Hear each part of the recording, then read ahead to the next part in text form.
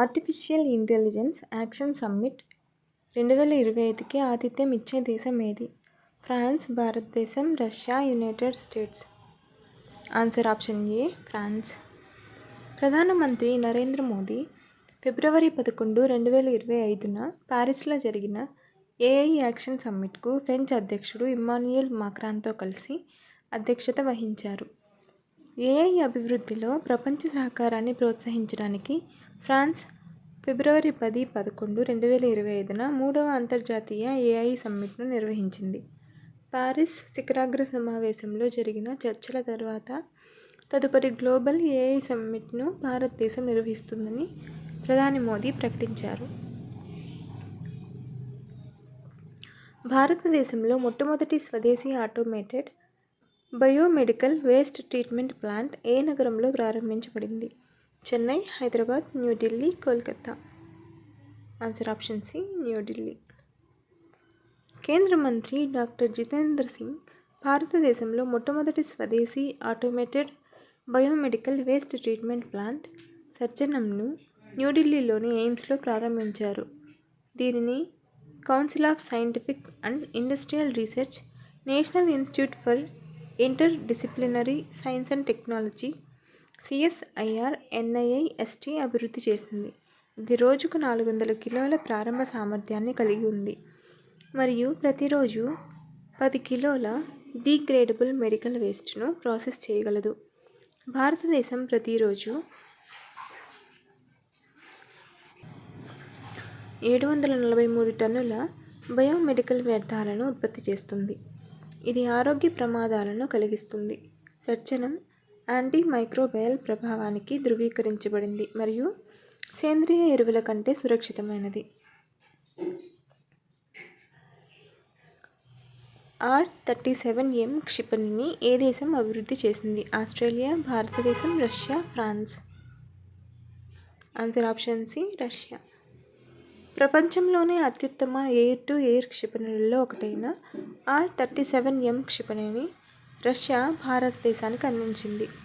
దీనిని రష్యా అభివృద్ధి చేసింది. R-37M దృశ్య పరిధి BVR దాటి శత్రు యుద్ధ విమానాలు మరియు డ్రోన్లను లక్ష్యంగా చేసుకోవడానికి రూపొందించబడింది.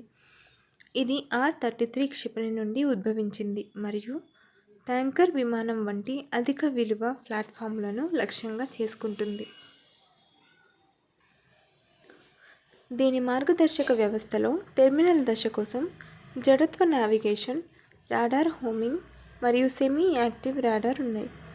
ఈ క్షిపణి 300 నుంచి 400 కిలోమీటర్ల పరిధిని కలిగి ఉంటుంది మరియు మాక్ 6 వరకు వేగాన్ని కలిగి ఉంటుంది.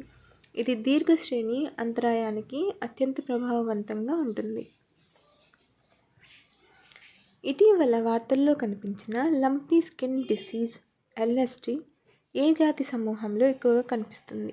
పక్షులు, పశువులు, క్షీరదాలు, పైవేవి కావు. ఆన్సర్ ఆప్షన్ బి పశువులు.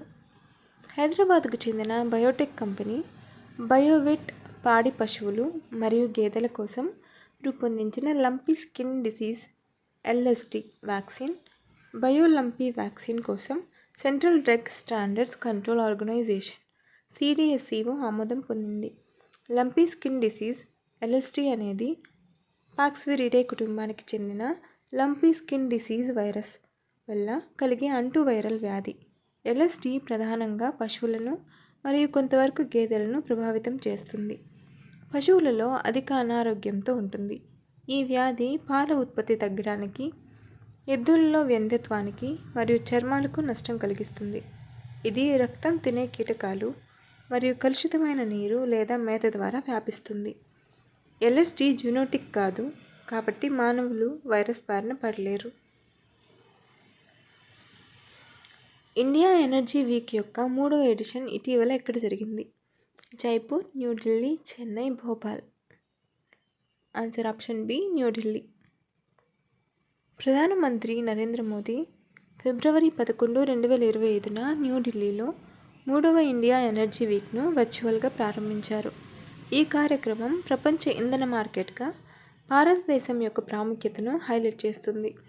మొదటి ఇండియా ఎనర్జీ వీక్ బెంగళూరులో ఫిబ్రవరి 2023, రెండవది గోవాలో ఫిబ్రవరి 2024న జరిగింది. మూడవ ఎడిషన్ 2025 ఫిబ్రవరి 11